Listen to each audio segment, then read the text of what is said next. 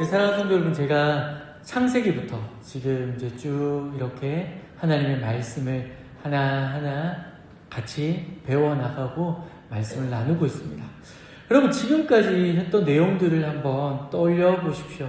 특별히 우리 주보 설교 노트 이렇게 내용을 보시면은요, 밑에 지금까지 했던 내용들이 잘 이렇게 정리가 되어 있습니다. 하나님께서는요, 천지를 창조하셨습니다. 그리고 그 천지를 창조하시고 안식 또한 창조하셔서 하나님이 우리의 주인됨을 우리로 고백하게 하셨습니다.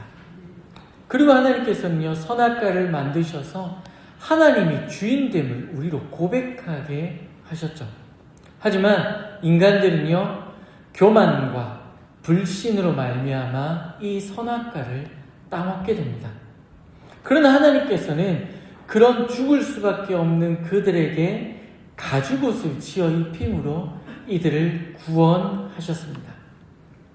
또 지난주에 우리는요, 가인과 아벨을 통해서 하나님이 받으시는 예배는 단순히 형식적으로 예배 자리에 나오는 것만이 아니라 삶의 예배가 동반되어졌을 때 하나님께서 그 예배를 기뻐 받으신다라는 것을 배웠습니다.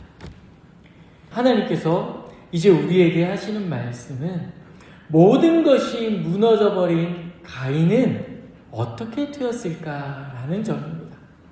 오늘 우리는요, 가인을 통해서 무너져버린 삶과 예배를 회복하는 열쇠를 함께 찾아보도록 하겠습니다. 여러분, 성경 이야기를 한번 살펴봅시다. 가인이 아벨을 죽입니다.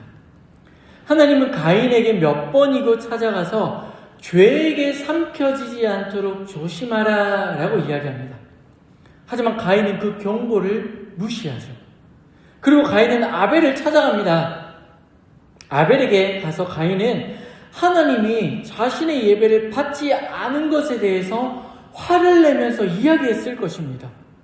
여러분, 우리가 우리의 삶 가운데에 일어나는 일이다라고 생각을 하시고 이 상황을 한번 머릿속으로 그려보십시오. 형이 제사를 드렸는데 받지 않았습니다. 그래서 동생을 막 찾아가죠. 찾아가서 뭐라고 이야기했을까요? 하나님이 내 예배를 받지 않으셨어 라고 투덜투덜거리지 않았겠습니까? 그런데요, 아벨에게서 어이없는 소식을 듣습니다. 아벨의 제사는 받아주셨다는 것입니다. 여러분, 가인이 더 흥분하기 시작을 합니다. 아니, 어떻게 내 제사는 받지 않고 아벨의 제사를 받았지? 아니, 대체 하나님은 뭐 하시는 존재지? 오만 생각이 그의 마음 가운데에 가득 차기 시작을 했을 겁니다. 그러다가 아벨을 바라보았습니다. 여러분, 아벨이 어땠을까요? 아벨이 위로하지 않았을까요? 아니야, 형, 다음부터 예배를 잘 드리면 하나님이 잘 받아주실 거야 라는 위로의 말을 전하지 않았을까요? 그런데 여러분, 이 위로가 더 기분 나쁩니다. 어느 순간 하나님을 향한 원망은요, 아벨을 향하게 됩니다. 그 원망은 결국 아벨을 돌로 쳐서 죽이는 결과를 맞이하게 됐습니다. 너무나 순식간에 일어났습니다. 어떻게 지금 해야 할지도 모르는 상황을 맞이했습니다. 그런데 엎친 데 덮친 격으로 하나님이 가인을 찾아옵니다. 그리고 이렇게 질문합니다. 아벨이 어디 있느냐? 여러분, 이때 가인의 심정은 어땠을까요? 심장이 뛰기 시작합니다. 콩닥콩닥 뜁니다. 어떻게 해야 될지 모르겠습니다. 모든 것이 무너진 것처럼 느껴집니다. 두렵습니다. 아담이 하나님의 음성을 듣고 부끄러워 숨었던 것처럼 그 역시 지금 이 순간을 모면하고 싶었을 것입니다. 그래서 그는요, 아니, 내가 아벨을 지키는 사람입니까? 내가 어떻게 알아요?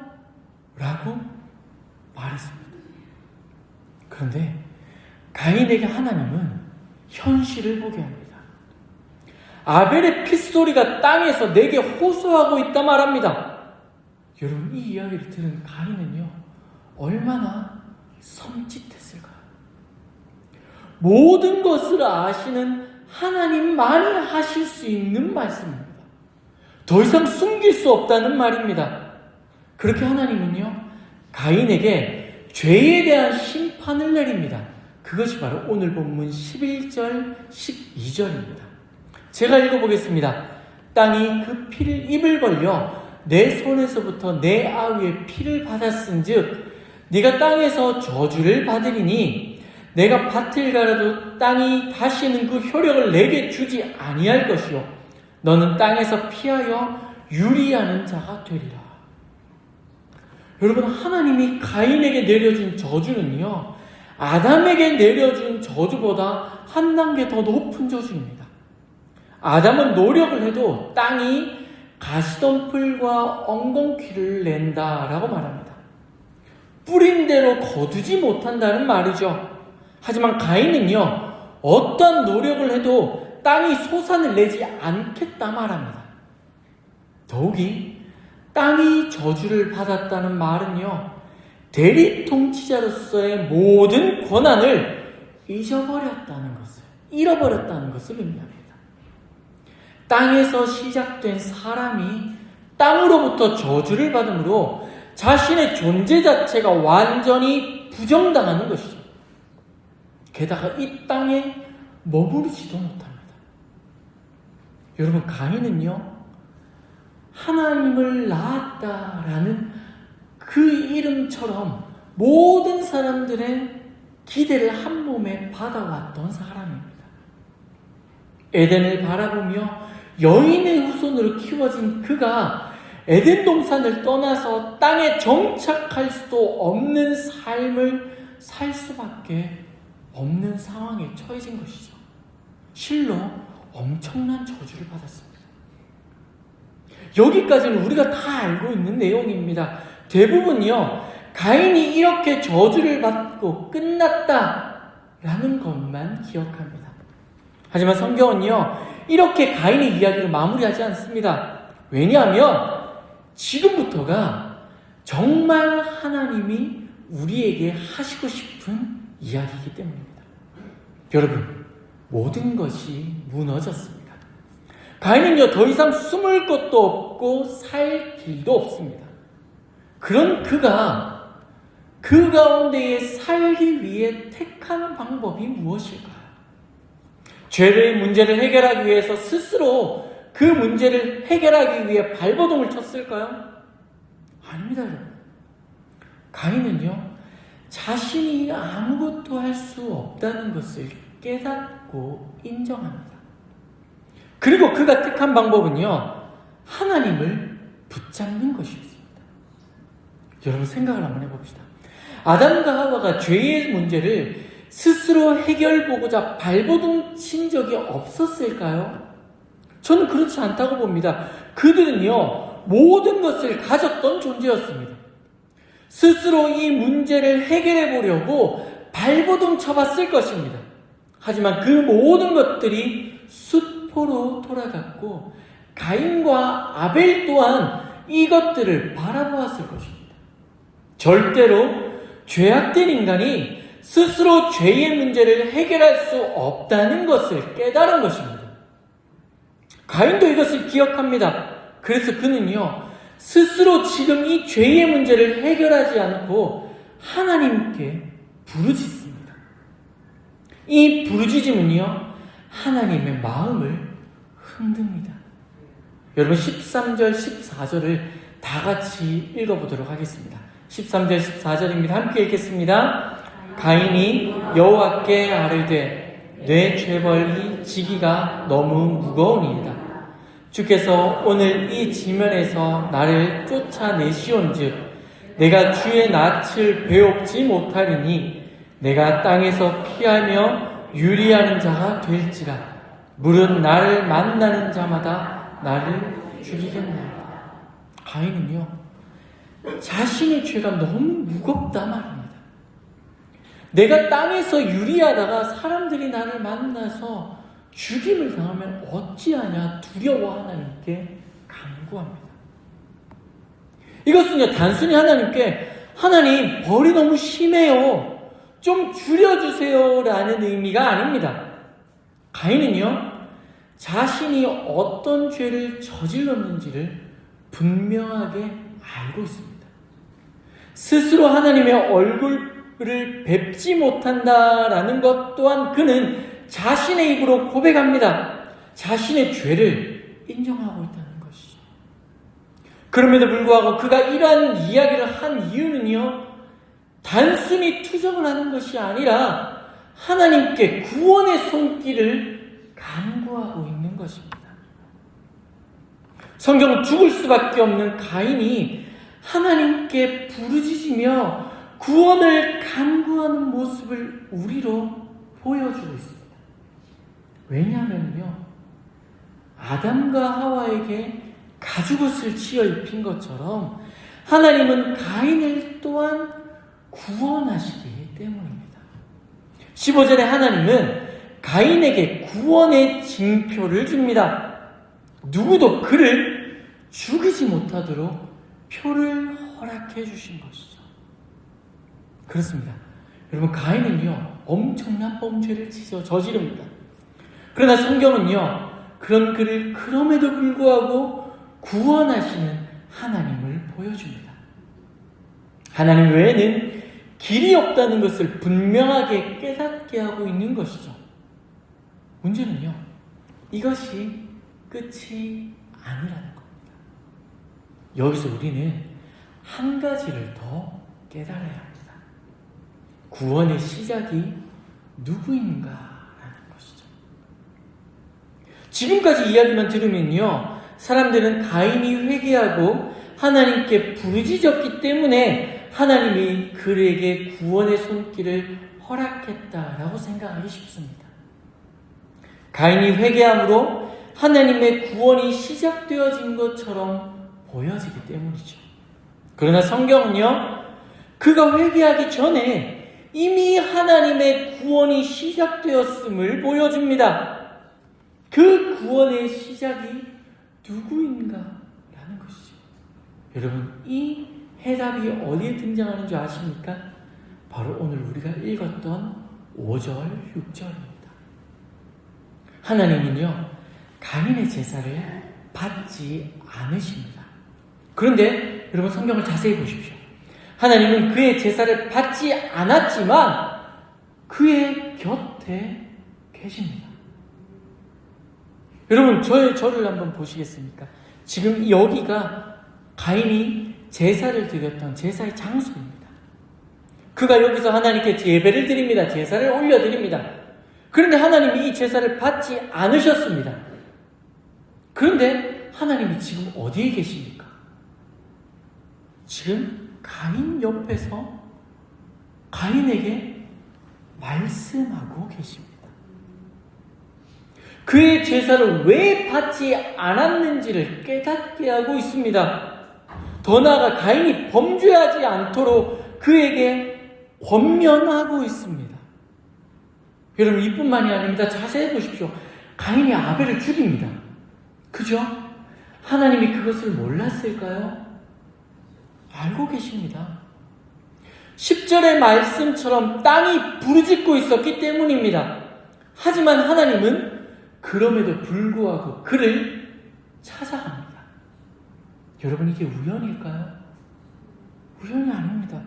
만일 우연이라면 아벨을 죽이고 난 뒤에 그를 즉시 심판해도 되었습니다.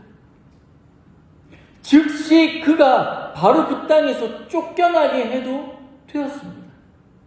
하지만 하나님은 범죄한 그를 바로 심판하지 않고 찾아갑니다. 그리고 그에게 질문하죠. 아벨이 어디 있느냐? 몰라서 한 질문이 아니라는 것입니다. 무엇을 요구하고 있는 것입니까? 그가 회개하고 엎드릴 수 있도록 하나님이 묻고 있는 것이죠. 그렇습니다. 이것이 오늘 본문을 통해서 우리가 깨달아야 할 비밀입니다. 하나님은요, 가인이 범죄할 것을 알고 계셨습니다. 그래서 그를 붙잡습니다. 그러나 그가 불순종함으로 범죄합니다. 그럼에도 불구하고 하나님은 그를 버려두지 않습니다. 끝까지 그를 찾아가 구원합니다. 범죄한 그를 향한 하나님의 발버둥은 무너진 그를 구원한 것이죠. 여러분, 이러한 하나님의 은혜는 구약에서 만나로 표현되어집니다. 이스라엘 백성들이 수많은 반란을 일으킵니다. 40년이라는 긴 시간 동안 이들은 여러 번의 반란을 일으킵니다. 심지어 하나님과 대면하고 있는 시내산에서 모세가 하나님의 율법을 받고 있는 그 순간도 이들은 금송아지를 만들고 있습니다. 우상 숭배를 하고 있었습니다. 그러나 하나님은요, 그 순간에도 매일매일 아침에 이들에게 만나를 내려 먹여주셨습니다. 그들 가운데 끊임없이 내가 너희를 책임지고 내가 너희를 구원하는 하나님이라는 것을 말씀해 주고 계시다는 것이죠. 이뿐만이 아닙니다. 이러한 하나님의 사랑은 예수 그리스도의 십자가 현장에서도 동일하게 나타납니다. 예수님은 베드로가 자신을 부인할 것을 알고 계셨습니다. 그럼에도 불구하고 그를 위로하고 그를 격려합니다. 가룟 유다와 같이 믿음이 흔들리지 않도록 그를 붙잡아줍니다. 하지만 베드로는 그럼에도 불구하고 가인과 같이 무너져 버렸습니다. 예수님을 3번이나 저주하고 도망쳐버리죠. 하지만 예수님은요, 그럼에도 불구하고 그를 버려두지 않습니다.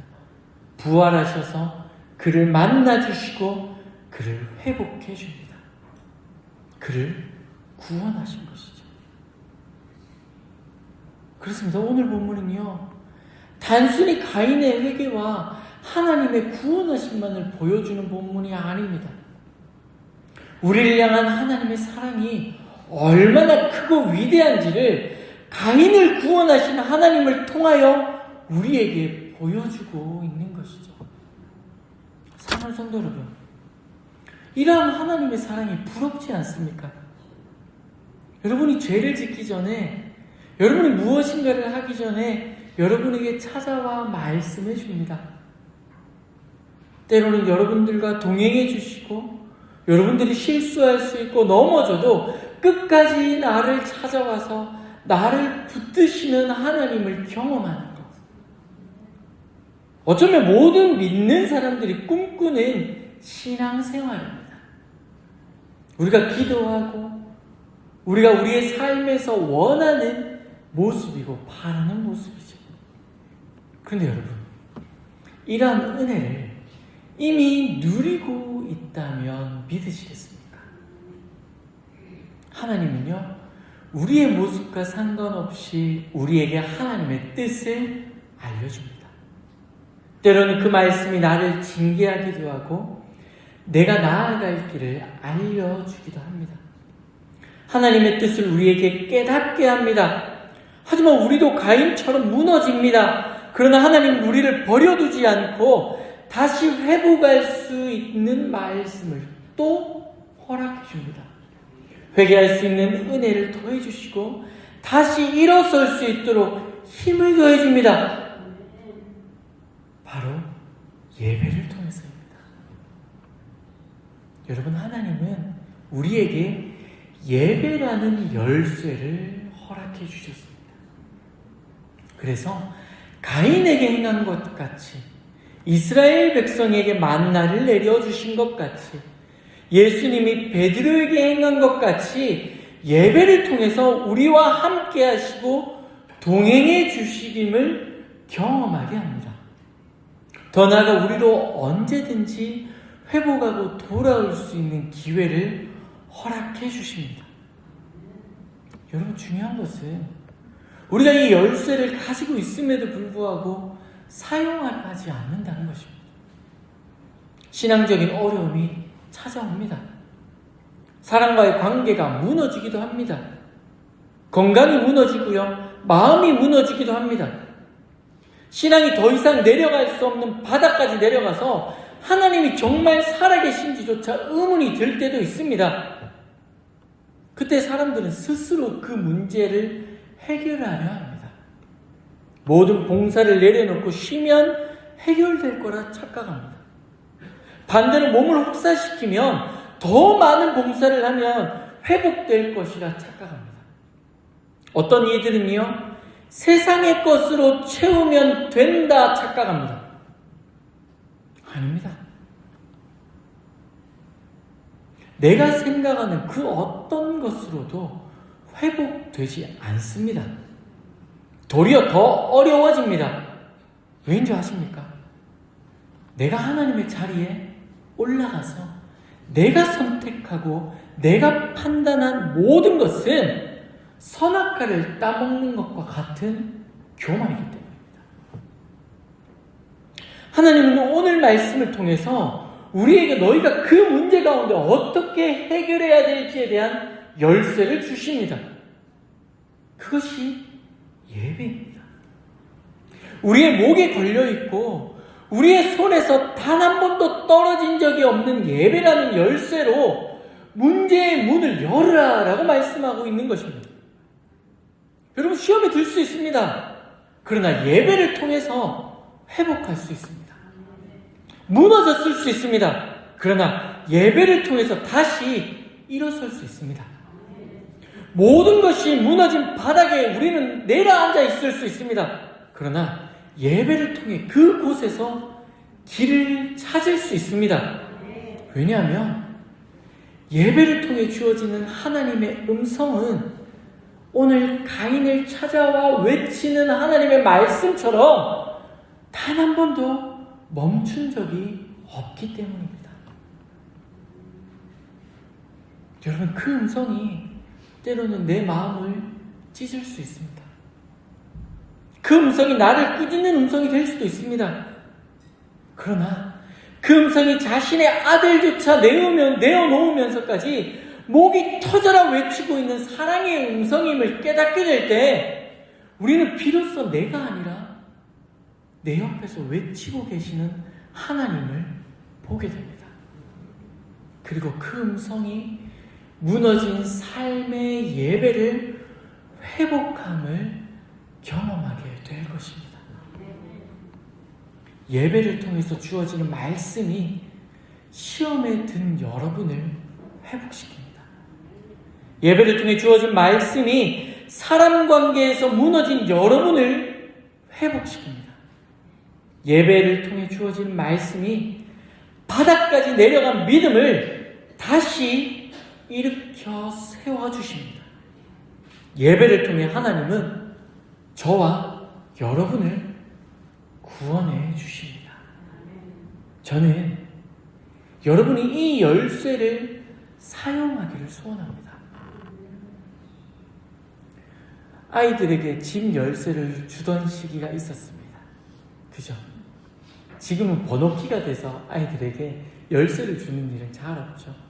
근데 그때 아이들이 열쇠를 잊어버리지 않게 하기 위해서 어떻게 했습니까? 목걸이 만들어서 주기도 하고요. 또 팔찌 만들어서 주기도 하고 했었습니다. 하나님은 예배라는 열쇠를 여러분의 목에 걸어주셨습니다. 그리고 여러분의 팔에 끼워주셨습니다. 여러분이 어떠한 상황인지, 가인의 모습과 같은 상황인지, 아니면 베드로와 같은 상황인지, 그것도 아니면 이스라엘 백성들과 같은 상황인지 저는 다 알 수 없습니다. 그러나 하나님은 알고 계십니다. 그렇기에 인간적인 방법으로 해결하기 위해서 발버둥치지 마시기 바랍니다. 모든 것이 더 무너질 뿐입니다. 하루라도 빨리 예배라는 열쇠로 문제라는 문을 여시기 바랍니다. 예배를 회복하십시오. 예배를 통해 여러분의 삶에서 끊임없이 외치고 계시는 하나님의 음성을 들으시기 바랍니다.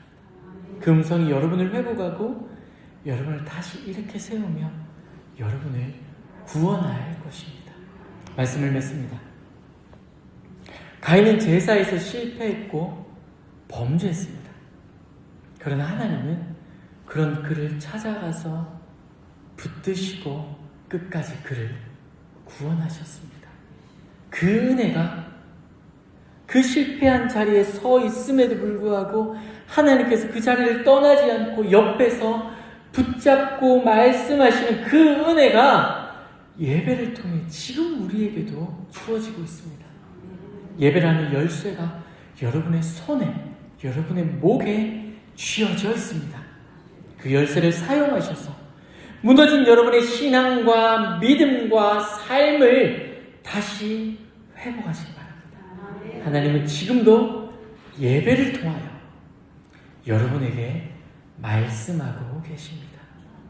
그 음성이 여러분에게 구원의 복음이 되기를 주님의 이름으로 축복합니다.